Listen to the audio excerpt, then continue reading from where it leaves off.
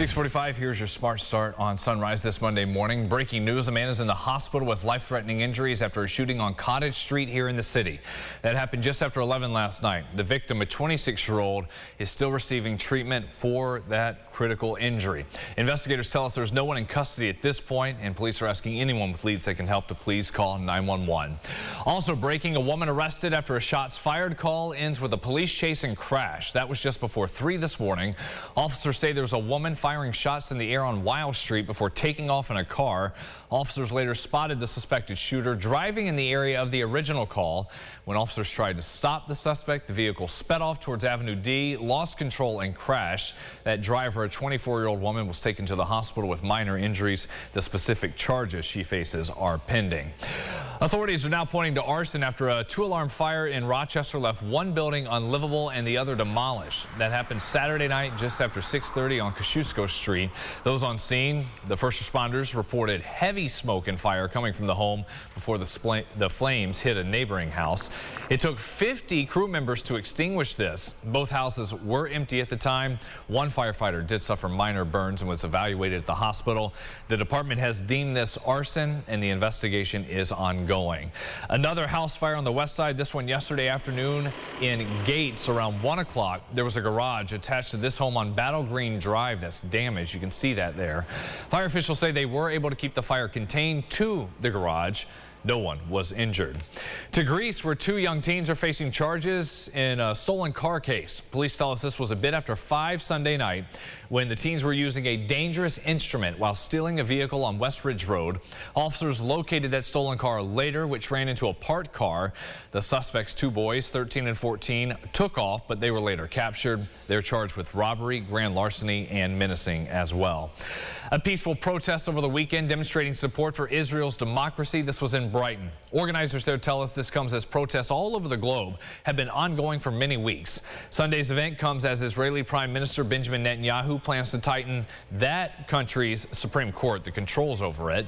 In protests happening internationally with the affiliation to a global group unacceptable, saving the Israeli democracy are going on.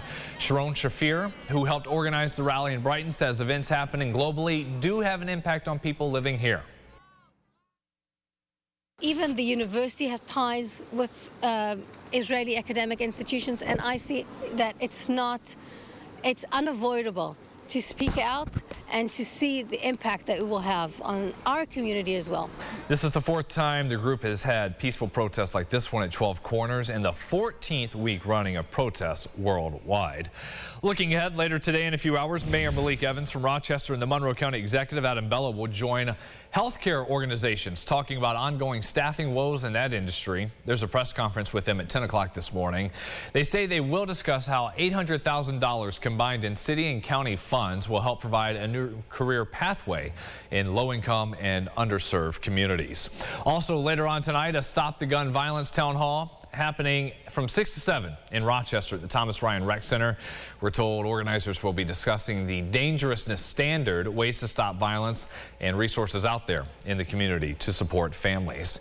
At Rush Henrietta, the school district is celebrating the first official days of its brand new superintendent, being Dr. Barbara Mullen, who stepped into the role last week, which of course was spring break. She plans to go out and visit all 10 Rush Henrietta schools beginning today, getting to know some of those in the district. Mullen previously worked in Massachusetts as an assistant super for a district.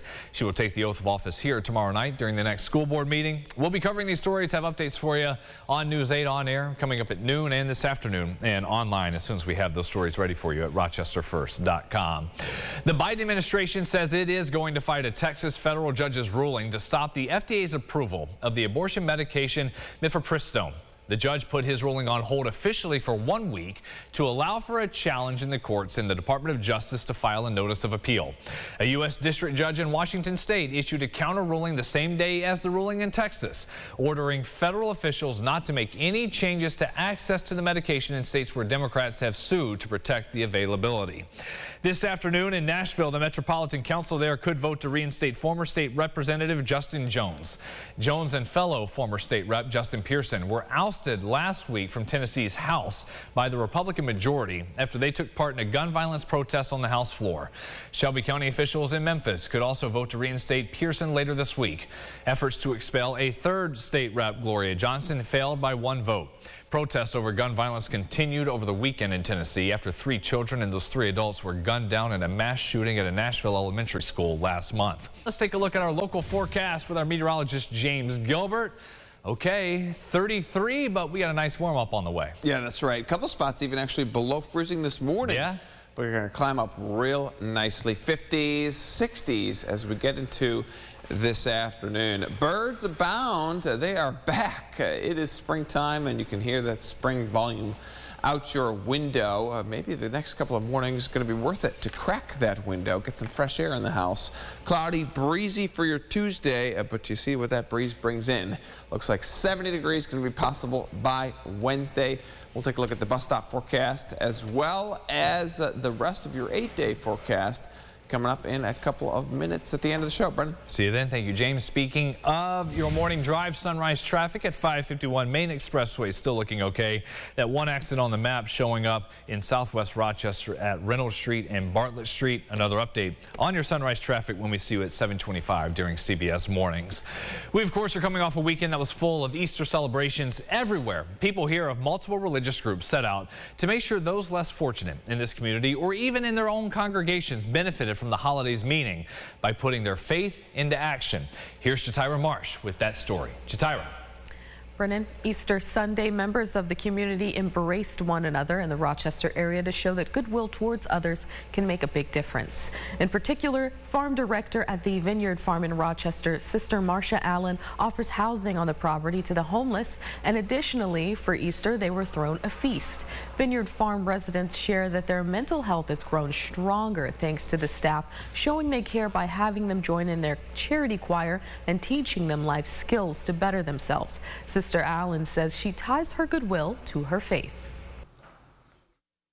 What the Word of God says is, did you feed me when I was hungry? Did you clothe me when I was naked? Did you receive me even though I was a stranger? So for me, as a person of faith, I had to do. We don't like to be thought as a shelter. We want to be thought of as if I got in trouble and couldn't make my way out, somebody would help me. So we include them in everything we do. One of the residents share that not only are they helped with getting a place on their own, but they're also receiving help with their health problems. Brennan, back to you. All right, Jatira, thank you. What a great event. Everyone coming together to make a difference. People here in Rochester are getting geared up for the warmer weather. Community members came together donating more than 150 bikes to families. That event put on by the great Evangelist Stanley, the owner of People's Choice Kitchen. Stanley says it's just another way she can give back. She adds they've been working on this event for more than a month, and it was only made possible by a lot of local donations. Not just here, though. Stanley says they even got gifts from Texas and Long Island. I just want to thank the community. Oh my God, the gratitude. It's just overwhelming, the support. All these young ladies donated bikes. It was amazing. I have an awesome village. I have a village that's like, woo. The event, not just for kids, they also had bikes for teens and adults, in addition to helmets handed out, and of course, Easter baskets.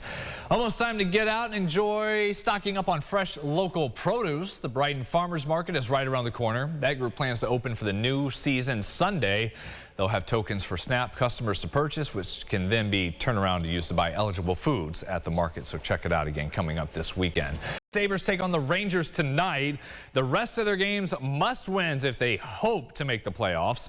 Unfortunately, that won't be enough, though, if they win out. They need to get some help along the way. A lot of it. The Panthers, Islanders, Penguins all have 2 games left. Florida and New York 6 points ahead of Buffalo, Pittsburgh 5.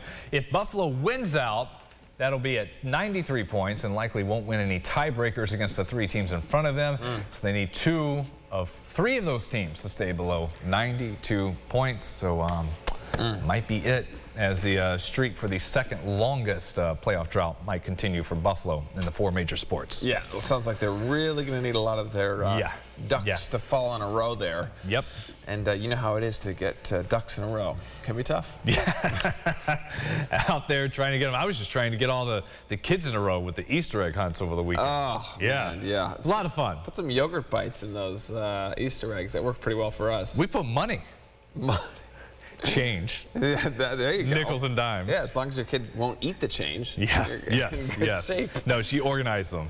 Loves it. That's fun. 64, that's fun too. Numbers looking great this afternoon. Comfortable sunshine. Still one of those days you step in the shade, feels a little bit cooler. And if you are along Lake Ontario, it will also feel cooler. That lake breeze is going to be in full effect this week. But there it is. Looks like Wednesday, Thursday, Friday. A really nice strip of days there to finish off the week.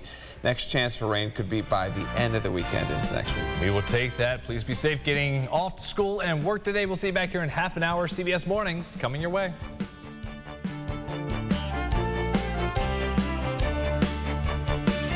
Follow News 8 wherever you are on RochesterFirst.com, Facebook, Twitter, and on our app for news and weather.